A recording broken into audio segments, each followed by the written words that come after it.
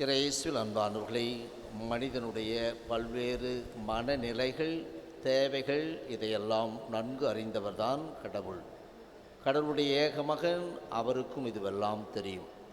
எனவே தான் சீடர்கள் அவரிடம் வந்து ஸ்நாபகரிடப்பர் தன்னுடைய சீடர்களுக்கு கற்றுக் கொடுத்திருக்கின்றார். அதேபோல் நீங்களும் எங்களுக்கு கற்றுக் கொடுங்கள் எப்படி ஜெபிக்க வேண்டும் என்று கேட்டபோது அழகான அந்த கர்த்தர் கற்பித்த ஜெபம் என்று நாம் பெயரிட்டு அழைக்கின்றோமே, த லார்ட்ஸ் பிரேயர் என்று சொல்லுகின்றோம், அவர் ஃபாதர்.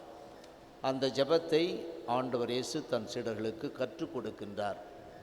தனக்கென 3 வைத்து கொண்டு மக்களான நமக்காக 7 வரப்பிரசாதங்களை அதில் கொடுக்கின்றார்.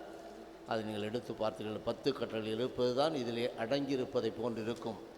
எனவே அந்த வகையில் முதலில் கடவுள், விண்ணுலகில் இருக்கிற தந்தை, அதற்கு பிறகு நமது தேவைகள் என்று வருகின்ற போது உடல் உள்ள ஆன்மா அனைத்தையும், கடந்த காலம் அதற்காக மன்னிப்பு, நிகழ்காலம் அதற்காக உணவு, எதிர்காலம் அதற்கான பாதுகாப்பு, இதையெல்லாம் சிறப்பான விதத்திலே வெளிப்படுத்தக்கூடிய அந்த ஜெபம்.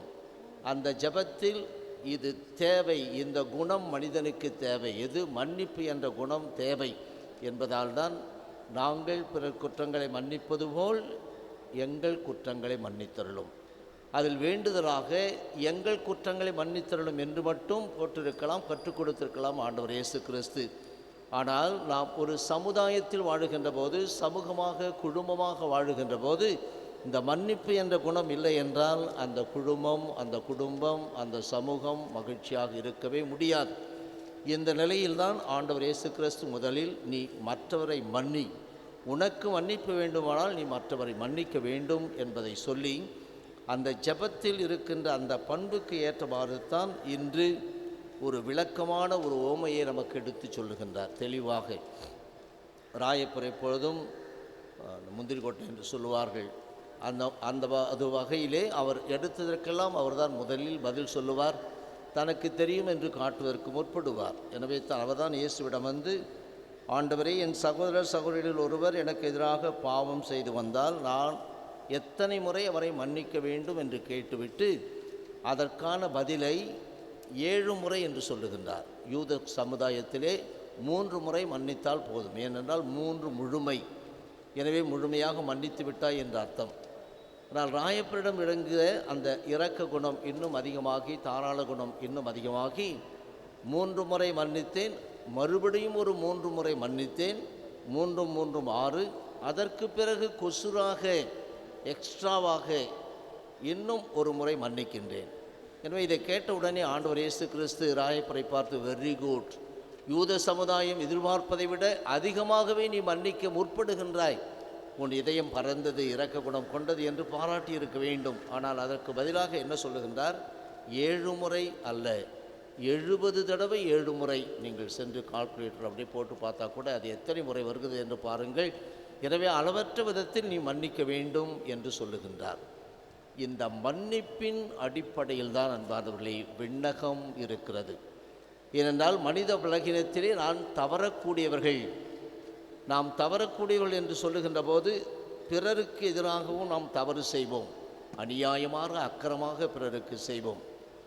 அந்த தவறுகள் அடுத்தபடியாக நமக்கு நாமே செய்து கொள்ளுகின்ற பாவங்கள், அதுதான் கொடியது. எனவே இவற்றுக்கெல்லாம் நாம் மன்னிப்பு கேட்க வேண்டும். இந்த மன்னிப்பு நமக்கு கிடைத்து விட்டால்தான், பாவங்கள் எல்லாம் மன்னிப்பால் கரையப்பட்டு விட்டால்தான் நமக்கு மோட்சம் உண்டு. எனவே அந்த மன்னிப்பின் அடிப்படையில் தான் நமது தவறுகள் எல்லாம் மன்னிக்கப்பட்டு விண்ணகத்தை நாம் அடைய முடியும்.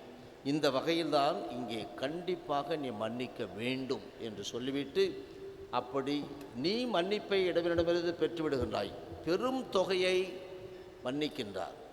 அந்த தொகைக்காக அவன் என்ன செய்ய வேண்டும்? அவன் மனைவி, பிள்ளைகள், அவனுக்குரிய சொத்து இதையெல்லாம் விற்றுவிட்டுத்தான் அதை ஈடாக அவன் வெளியே வர முடியும். ஆனால் அதை மன்னித்து விடுகின்றான். காலில் விழுந்து கெஞ்சிய காரணத்தினால் மன்னித்து விடுகின்றான். ஆனால் இவன் தன்னுடைய உடன் பணியாளரை 100, அதில் மிக மிக குறைவான தொகையை மன்னிக்க மனமில்லாத போது அவனை பற்றி தெரிந்தவுடனே அவன் என்ன செய்கின்றான்? அவன் சென்று அவனை அடைத்து வந்து அவன் அந்த கடைசி காசை அடைக்கும் வரை அவனை வதைப்போரிடம் ஒப்படைத்தார். இந்த வதைப்போர் என்பது நம்ம கூகுளில் போய் பார்த்தா தெரியும். இன்று அந்த பாவத்திற்கான தண்டனை எந்த வகையிலெல்லாம் நடக்கிறது என்று போய் பார்த்தீங்கன்னா பயமாக இருக்கும்.